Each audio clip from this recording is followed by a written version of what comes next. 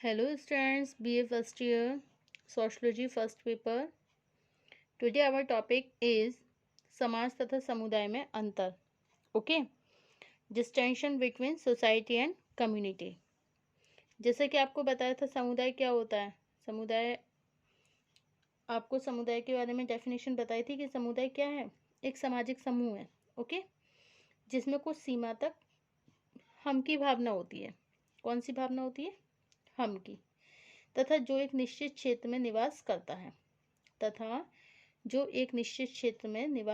है.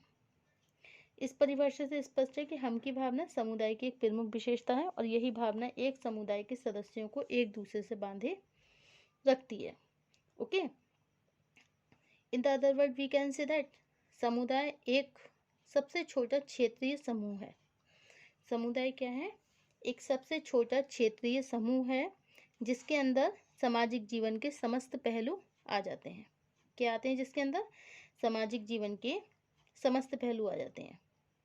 All concept of the social life comes in this. Okay, तो ये क्या है? समुदाय एक छोटा सा क्षेत्रीय समूह है जिसके अंदर सामाजिक जीवन के समस्त पहलू आ जाते हैं. Okay, and the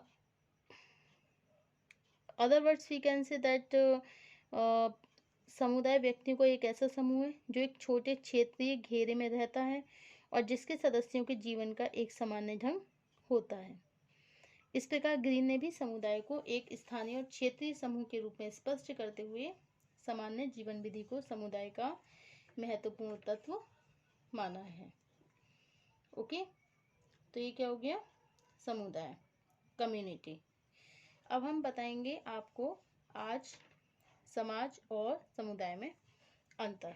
distinction between society and community. देखिए, समुदाय की प्रकृति के विवेचन से यह स्पष्ट होता है कि इसकी प्रकृति समाज से अत्यधिक भिन्न है. इसकी प्रकृति कैसी है? बहुत ज़्यादा भिन्न है. इस दृष्टिकोण से आवश्यक है कि समाज और समुदाय के बीच पाए जाने वाले अंतर को स्पष्ट किया जाए. इसके लिए क्या आवश्यक है कि समाज और समुदाय में जो भी डिफरेंस होता है तो उस डिफरेंस को क्लियर किया जाए. ओके, समाज क्या होता है? देखिए, समाज का निर्माण सामाजिक संबंधों से होता है. समाज का निर्माण किससे होता है? सामाजिक संबंधों से. इसी कारण मैकाइवर ने इसे सामाजिक संबंधों का जाल भी कहा है. ओके, तो समाज क्या है? एक तरीके से एक ट्रैप है.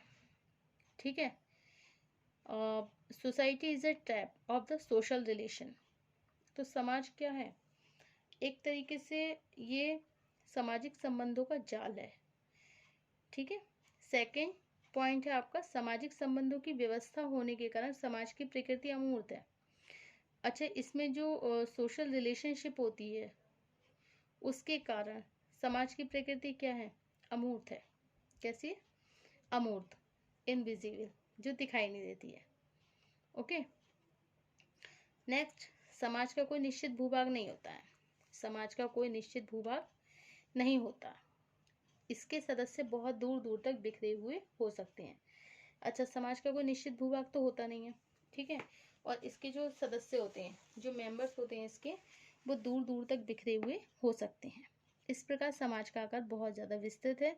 इसलिए हम कह सकते हैं कि समाज का आकार कैसा है? कैसा है समाज का आकार? बहुत ज़्यादा विस्तृत. ओके, नेक्स्ट है, समाज में सहयोग के साथ संघर्ष और समायोजन के साथ प्रतियोगिता के संबंध भी पाए जाते हैं. समाज में सहयोग के साथ क्या पाया जाता है? देखिए, समाज में संघर्ष भी देखने के लिए मिलेगा. समायोजन के साथ प्रतियोगिता के संबंध भी पाए जाते हैं. ओके, नेक्स्ट है, समाज में लोगों के स्वार्थ एक दूसरे से बहुत भिन्न हो सकते हैं. अच्छा, समाज में लोग देखिए स्वार्थी तो होते हैं, लेकिन स्वार्थ उनके एक दूसरे से बहुत भिन्न होते हैं. एक जैसे नहीं होते. ये नहीं है कि उनका जो सेल्फ है इक्वल है.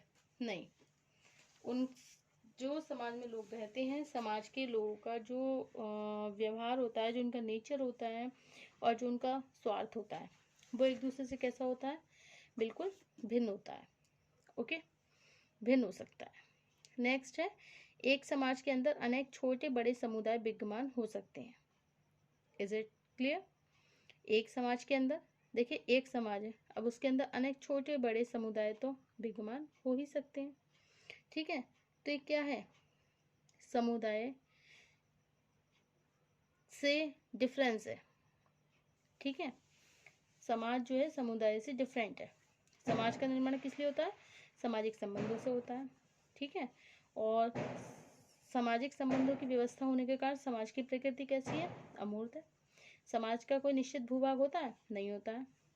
अच्छा, समाज के जो सदस्य होते हैं कैसे होते हैं? दूर दूर तक बिखरे हुए होते हैं। ठीक है, और समाज का आकार कैसा होता है? बहुत ज़्यादा विस्तृत होता है। अच्छा, समाज में सहयोग के साथ क्या क्या होता है? संघर्ष होता है, और समायोजन के साथ प्रतियोगिता के संबंध भी पाए जाते हैं। अच्छा, समाज में लोगों के स्वार्थ एक दूसरे से कैसे होते हैं? भिन्न हो सकते हैं, और एक समाज के अंदर अनेक छोटे बड़े समुदाय भी विद्यमान हो सकते हैं। ओके ओके, नेक्स्ट है आपका, समाज का कोई विशिष्ट नाम नहीं होता। समाज का कोई विशिष्ट नाम नहीं होता।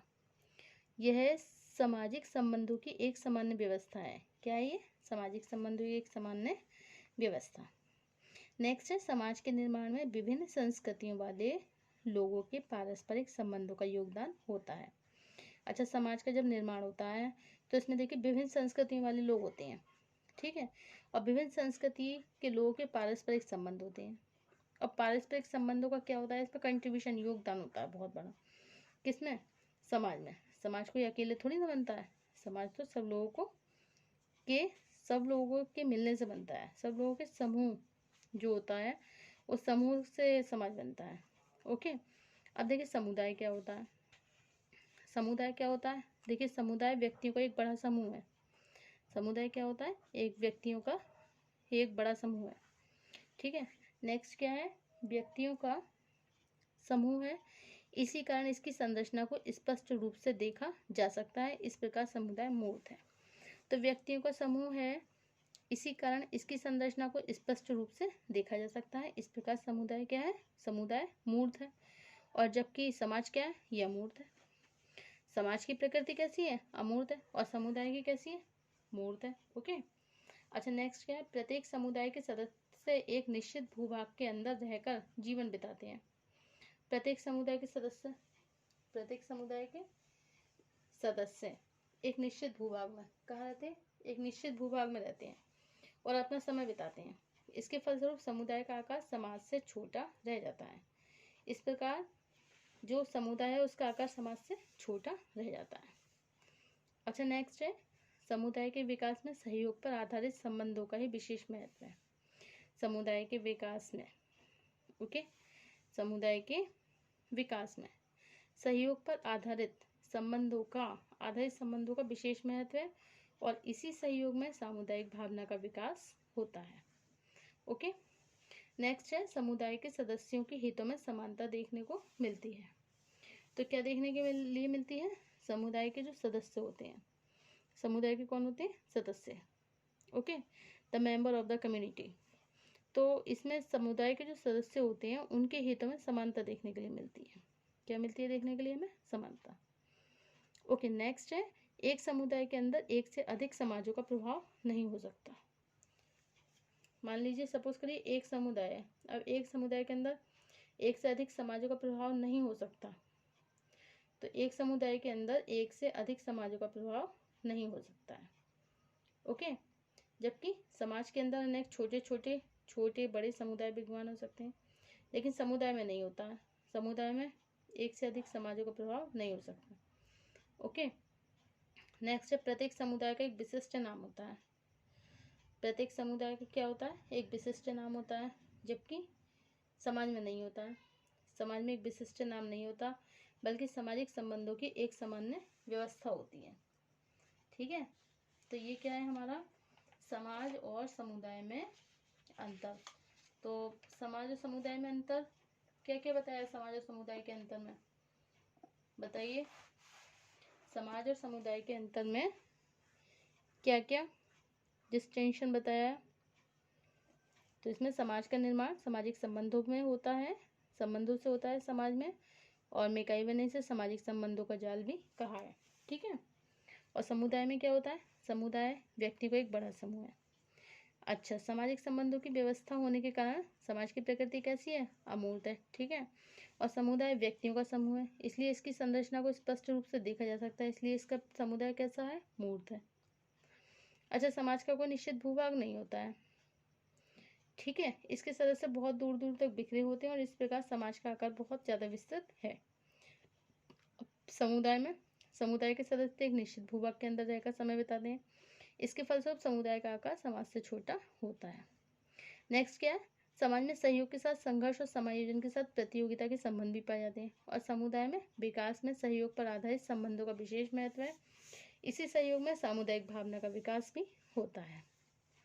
अच्छा, समाज में लोगों के स्वार्थ एक दूसरे से बहुत भिन्न होते हैं और समुदाय के सदस्यों के हितों में समानता देखने के लिए मिलती है। ओके। समाज के अंतर्गत विभिन्न व्यक्तियों की स्थिति में बहुत विषमता पाई जाती है, और समुदाय की एक मुख्य विशेषता यह है कि सामान्य जीवन का होना। स्पष्ट है कि समुदाय के सदस्यों की परिस्थिति, विचार तथा जीवन के ढंगों में अधिक भिन्नता देखने के लिए नहीं मिलती है। अच्छा, समाज के अंदर छोटे बड़े समुदाय विद्यमान होते हैं, जबकि समुदाय के अंदर एक से अधिक समाजों का प्रभाव नहीं हो सकता। समाज का कोई विशिष्ट नाम नहीं होता, समुदाय का एक विशिष्ट नाम होता है। समाज के निर्माण में विभिन्न संस्कृति वाले लोगों के पारस्परिक संबंधों का योगदान होता है, जबकि समुदाय के अंतर्गत सामान्यतः एक संस्कृति ही पाई जाती है। ओके। इस प्रकार समुदाय की अवधारणा बहुत तुलनात्मक है। इसका प्रयोग किसी समूह अथवा स्थान के लिए एकाएक कर देना उचित नहीं है। यह सच है कि समुदाय की मुख्य विशेषताओं के आधार पर किसी समूह को समुदाय कहा जाना चाहिए, लेकिन वर्तमान युग में समुदाय की विशेषताएं विशुद्ध रूप से किसी भी मानव समूह में कठिनता से देखने को मिलती हैं।